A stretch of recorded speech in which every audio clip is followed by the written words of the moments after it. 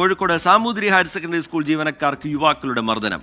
സ്കൂളിന്റെ വാർഷികാഘോഷങ്ങൾക്കിടയിലാണ് സംഭവം ഉണ്ടായത്. യുവാക്കളെ കസബ പോലീസ് കസ്റ്റഡിയിലെടുത്തിട്ടുണ്ട്. ആദ്യം ആ ദൃശ്യങ്ങളും ഒരു പ്രതികരണവും കാണാം.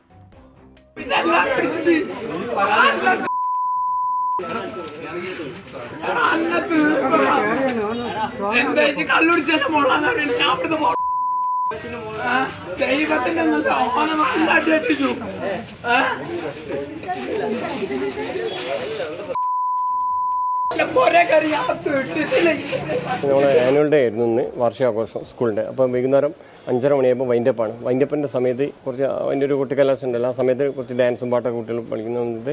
ഇവർ രാവിലെ മുളിച്ചുകൊണ്ട് പല സമയങ്ങളിലായിട്ട് വന്നുകൊണ്ട് കുട്ടികൾക്ക് പല സാധനങ്ങളും കൊടുക്കുന്നുണ്ട്. കുറേ 3-4 കുട്ടികളെ ഞങ്ങൾ നിരീക്ഷണത്തിലും കണ്ടിട്ടുണ്ട്. അപ്പോൾ ഞങ്ങൾ ആ കുട്ടികളൊക്കെ മാറ്റി നിർത്തുകയും ചെയ്തിട്ടുണ്ട്. അപ്പോൾ ഇവർ വീണ്ടും വൈകുന്നേരം വന്ന് കുറേ മദ്യവും ഡ്രഗ്സൊക്കെ അടിച്ച് ഫുൾ ഡൗൺ ആണ് അവർ.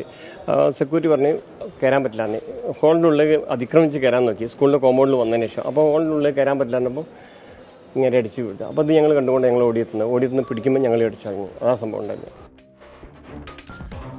രാഹുൽ സുരേഷ് വിവരങ്ങളുമായി കോഴിക്കോട്ട് നിന്ന് ചേരുന്നുണ്ട്. രാഹുൽ, എന്താണ് സംഭവിച്ചത്?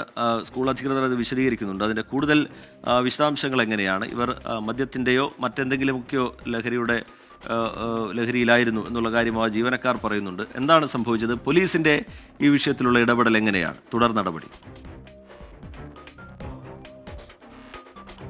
റിജിത്ത്, കോഴിക്കോട് നഗരത്തിൽ തന്നെയുള്ള സാമൂതിരി ഹയർ സെക്കൻഡറി സ്കൂളിൽ ഇന്ന് വൈകിട്ടോടുകൂടിയായിരുന്നു സംഭവം. അവർ പറയുന്ന അനുസരിച്ച് തന്നെ സ്കൂളിൽ നിന്ന് വാർഷികാഘോഷ പരിപാടികൾ നടക്കുകയായിരുന്നു. അതിനിടയിലാണ് പൂർവ്വ വിദ്യാർത്ഥി എന്ന് പറയുന്ന ഒരു യുവാവ് ഉൾപ്പെടെ 2 പേർ ഈ സ്കൂളിലേക്ക് എത്തുന്നത്. ഇവർ സ്കൂൾ കോമ്പൗണ്ടിനുള്ളിൽ കയറുന്നു.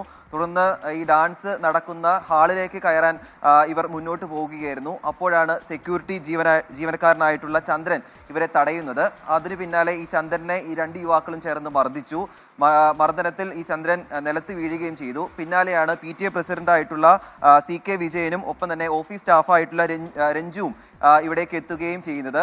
അതിനുശേഷം ഇവരെ 2 പേരെയും യുവാക്കൾ മർദ്ദിക്കുകയായിരുന്നു. പിന്നാലെ സ്കൂളിലുണ്ടായിരുന്ന അധ്യാപകരും രക്ഷകർത്താക്കളും ചേർന്നാണ് 2 യുവാക്കളെയും തടഞ്ഞു വെച്ചത്. തുടർന്ന് കസബ പോലീസ് സംഭവ സ്ഥലത്തെത്തുകയും ഇവരെ 2 പേരെയും കസ്റ്റഡിയിലെടുക്കുകയും ചെയ്യുകയായിരുന്നു.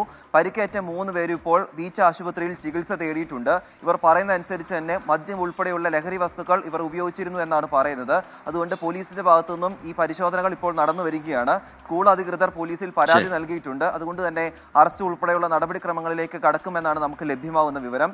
മദ്യലഹരിയിൽ അല്ലെങ്കിൽ ലഹരി ഉപയോഗിച്ചതിന്റെ പേരിലുണ്ടായ ഒരു പ്രകോപനമാണ് ഇത്തരത്തിൽ മർദ്ദനത്തിൽ കലാശിച്ചതെന്നാണ് നിലവിലെ നിഗമനം. അതിൽ പോലീസ് അന്വേഷണം നടക്കുകയാണ്. അതിനുശേഷം ഒരു വ്യക്തത വരുമെന്നാണ് നമ്മൾ പ്രതീക്ഷിക്കുന്നത്. ശരി, രാഹുൽ സുരേഷ് കോഴിക്കോട്ട് നിന്ന് വിവരങ്ങൾ നൽകുകയായിരുന്നു.